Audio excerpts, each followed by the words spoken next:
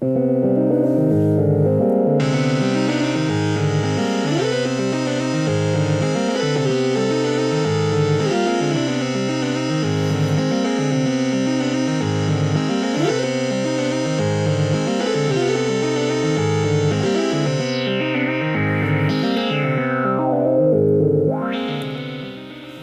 evening, listeners. Welcome to the first installment of Odd Tales with Otto. There may be a storm outside tonight, if you wish for it hard enough. There may be anything outside tonight if you imagine it hard enough. Put those brains to work and manipulate your reality, my friends. Tonight's story is called A Mystification of Enchantment. Enjoy it well.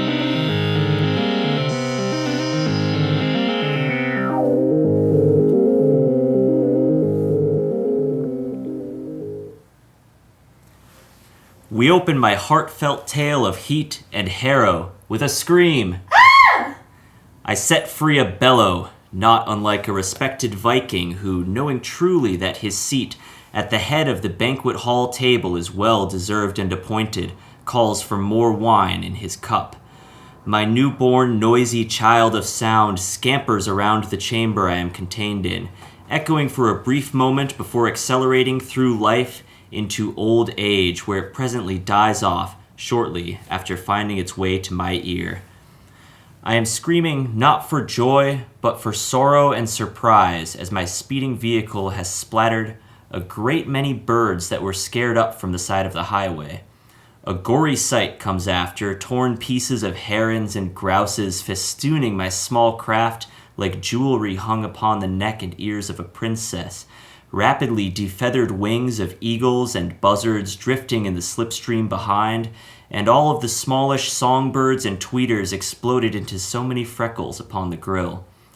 The blood would dot the windshield as well, had not a burly form cracked straight through the glass and been deposited straight into the passenger's seat of my vehicle.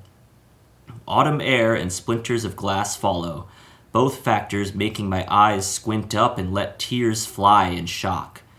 Through a now blurry world, I slow my travel and pull to the side of the road, throwing air from my lungs faster than I can take it in and feeling like my heart has sucked a pot of coffee through his aorta. Composing myself is impossible, I decide, and I break into sobs and heaves. After a multitude of minutes, a twittering pulls me back from the land of emotion. A pigeon rests next to me, seemingly unharmed by its experience as a cannonball.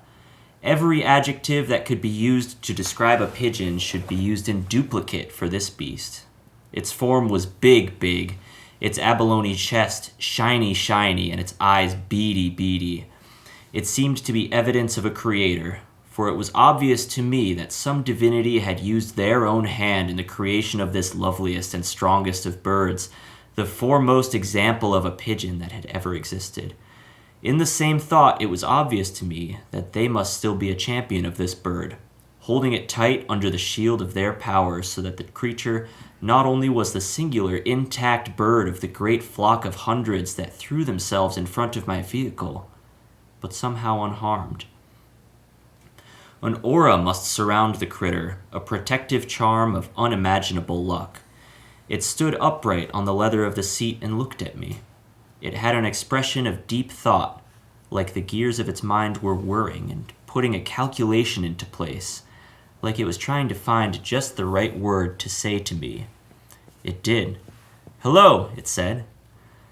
I did not greet it back, just stared with wide eyes. It spoke in my words' absence. "My name's Pauline Silvertine. I'm a partygoer." "Partygoer?" I asked, finally able to tranquilize a single word after a long expedition on the linguistic savannah, taking the sleeping cretin down to my mouth for exhibition at the zoo of conversation. "Yes," said Pauline, cleaning her feathers and seeming chipper for surviving a great massacre. "The ornithobration at the mountain. It's a great festival that is held each year for all the birds of the world. Hundreds of thousands of birds attend each year, some making a pilgrimage of thousands of miles. That's where the hundreds of recently creamed birds I was traveling with were going." I'm sorry about that, I said. I just couldn't stop in time. Pauline put on a face of sadness. If she were a human person, I would have thought it almost obviously fake, but being that I have not much experience in recognizing emotions on the faces of pigeons, I had no idea it was not genuine. It is a great shame about my traveling companions, she said. I should still like to attend the ornithobration on the mountain, though. Will you take me? I believe I'm injured and I cannot walk all that way. She began making a show of limping around in a circle and dragging a leg behind her. She did not mention anything about her wings, which seemed in flapping order, but I agreed to be her ferryman anyway. Pauline stalled our travels as she went about and collected a memento from each recently deceased bird. A keepsake to remember you by, she said to each as she collected a shard of bone, piece of flesh, stringy bouncing tendon, or luscious feather from each. She declined my help, telling me that it was a personal matter. After stowing a large gob of accumulated gore in the trunk, she hopped into the passenger seat and fastened her seatbelt. To the mountain, she cried, to the ornithobration. Pauline made small talk at me as we drove along, wind buffeting our faces and loose bits of my avian victims sloughing off the car once in a while. She talked about the weather and the ornithobration at the mountain, her spirits high as could be. I was mostly silent, offering grunts, or nods to her at times when it felt appropriate to grunt, or nod. She was interrupting herself at times to tell me directions.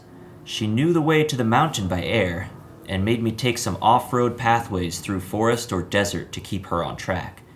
She acted very confused when we came to an inland sea, and I had to take us along the shore instead of going straight over the water like a scattering of seagulls that just passed overhead. Rain came falling down and soaked us through, but Pauline kept yammering on seemingly without notice. The rain continued, sometimes sheeting down with hurricane force and sometimes weakening to hardly more than a knobspitchin. Pauline had stopped talking and started singing a pretty little tune instead, like many birds of the air like to do. Hers was like no bird song I've heard, however. This is what she sang.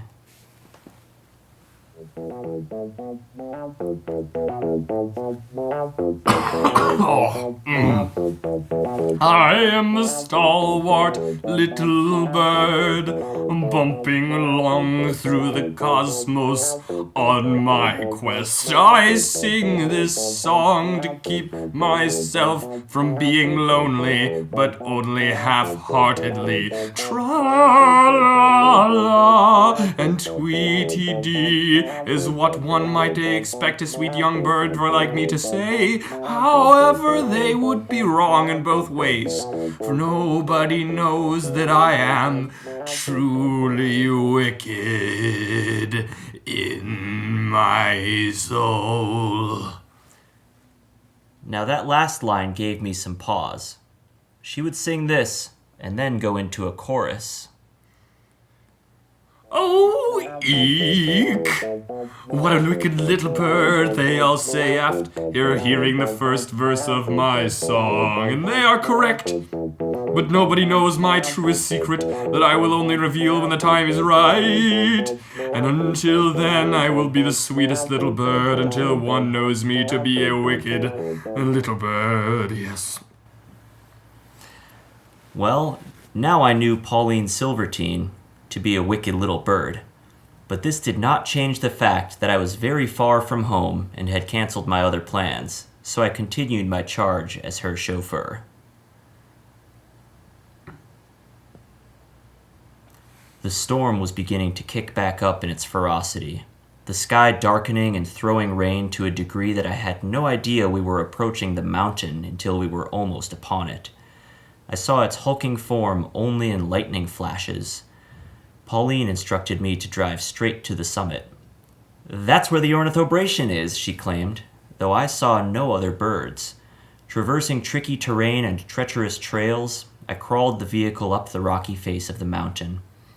A fallen tree blocked our path at one point, and as we drew near, Pauline extended her wing through the cracked glass of my windshield.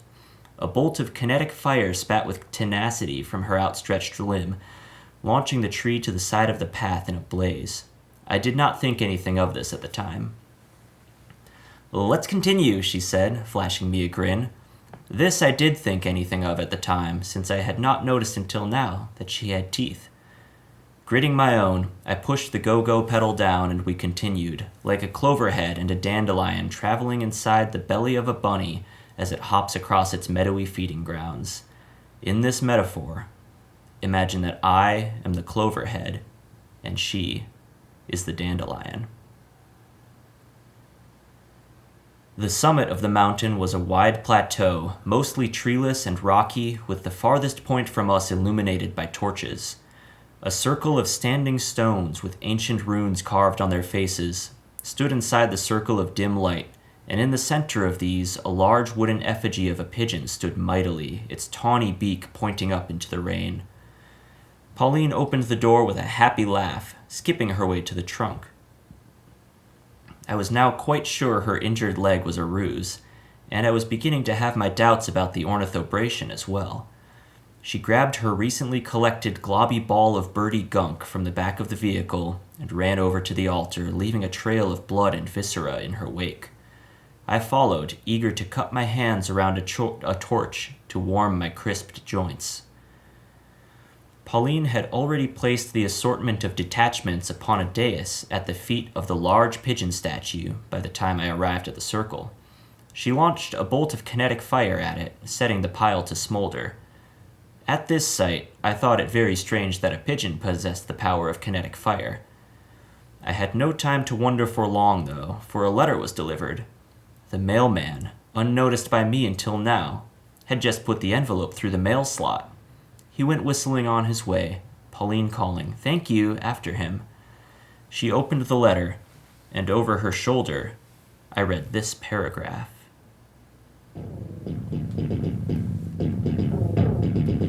Dear Witch, after placing the pieces of each upon the dais, the next step of the spell is to kill the man, remove his heart, and insert yourself in its place.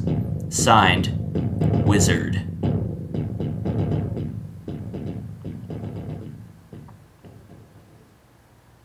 Now you may be wondering at this point how I have penned this story, considering my pre-planned destruction. Well, nothing a bit of quick thinking on Otto's part would not handle. Pauline was still looking at the stamp on the envelope. It really was very beautiful. It depicted a small pigeon using her claws to scratch open a man's chest, exposing his still beating heart. Thinking quickly, I pointed a finger, yelling, "What's that over there?" When Pauline looked away, I took the pencil from behind my ear and scribbled in the word male preceding the word man in the letter from Wizard. As she looked back, I offhandedly said, must have been the wind, inwardly congratulating myself on a narrow escape from a gruesome fate. The little bird read the letter and fetched the mailman. She dragged him back, his wails echoing across the plateau. She had burned his feet completely off with kinetic fire, which is a very effective way to keep someone where you want them. It was at this point that I turned tail and ran, bounding back down the mountainside and leaving the scene of confusion and horror behind. I write these words from a hotel room, preparing for my voyage homeward tomorrow.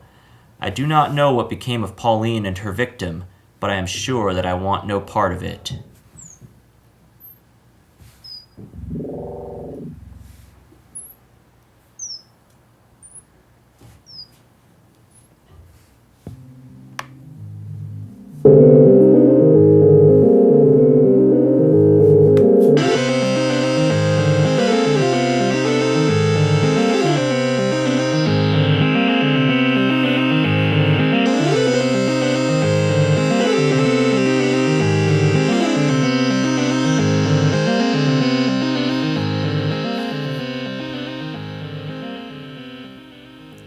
Well, listeners, that was an odd tale, all right. Keep tuned for the next installment of Odd Tales with Otto.